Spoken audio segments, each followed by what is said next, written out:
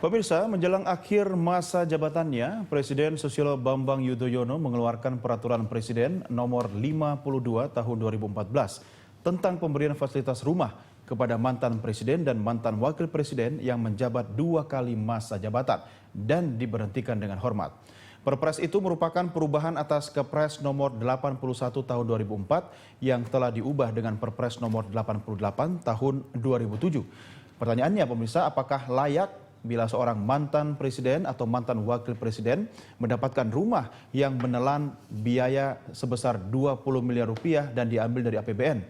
Sementara ada data menunjukkan sekitar 13 juta orang Indonesia belum memiliki rumah dan sekitar 7,9 juta rakyat kita memiliki rumah yang tidak layak huni.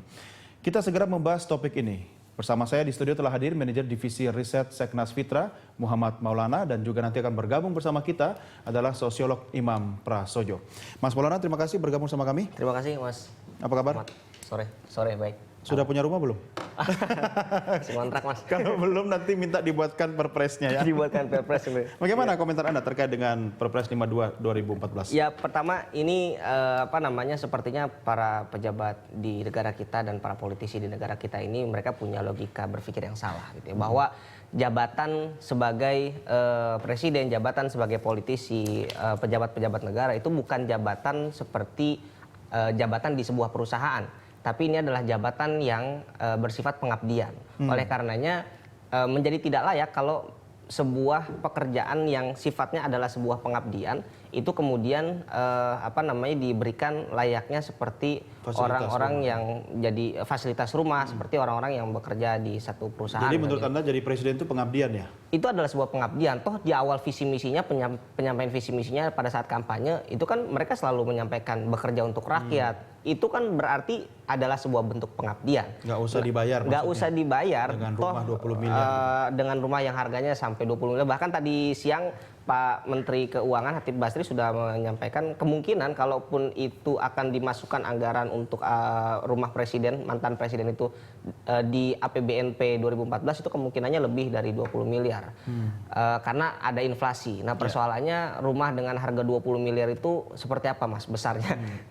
Ya, kita selama ini iya, mungkin satu kompleks perumahan gitu harga rumah dengan harga 20 miliar. Nah sebenarnya kan akan menjadi lebih elok kalau misalnya presiden yang sekarang ini justru malah menghilangkan fasilitas rumah presiden bagi mantan-mantan presiden. Ini akan lebih baik. Masalahnya begini, Mas Maulana, kalau kita katakan bahwa dari perspektif dari sudut etika mungkin ya, tapi ini kan kita berangkat dari sebuah keputusan presiden tahun 2004.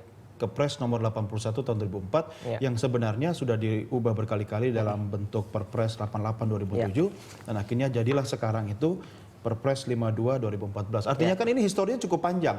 Artinya kalau memang kita mau mengkritisi soal ini, sejarah munculnya Kepres 81 2004 pun itu berdasarkan undang-undang tahun 78 ya, nomornya saya lupa.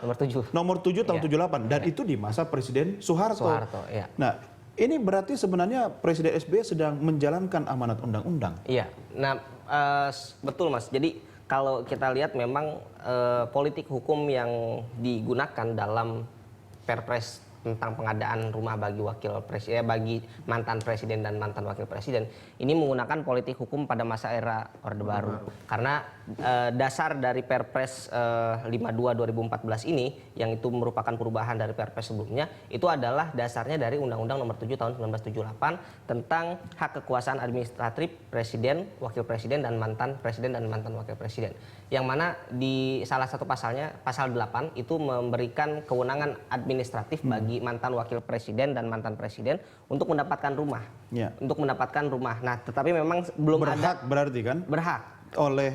Oleh undang-undang memang diberikan. Dibiayai oleh negara. Dibiayai oleh negara. Tetapi memang tidak disebut secara spesifik berapa alokasi anggarannya.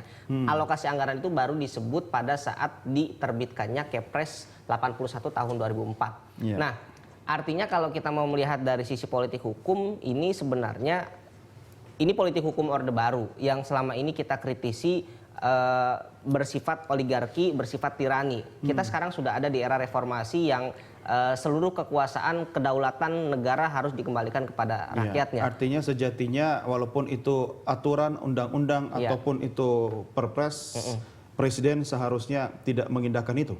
Ya, kalau memang ada undang-undang pada masa Orde Baru yang dianggap sudah tidak layak lagi untuk diimplementasikan pada masa sekarang, ya harusnya dirubah, harusnya dihilangkan dan tidak diimplementasikan pada saat ini, karena semangat kenegaraan kita saat ini sudah berbeda dengan semangat kenegaraan pada masa Orde Baru, di mana semangat pada masa pemerintahan Orde Baru itu mengalokasikan kedaulatan negara untuk pemerintah dan pada satu orang pada saat itu. Nah sekarang kan sudah berubah eranya, semua kedaulatan itu harus dikembalikan kepada masyarakat. Oke, baik, Mas Maulana, kita break dulu. Kita akan lanjutkan di segmen berikutnya. Pemirsa tetap bersama kami segera kembali sesaat lagi.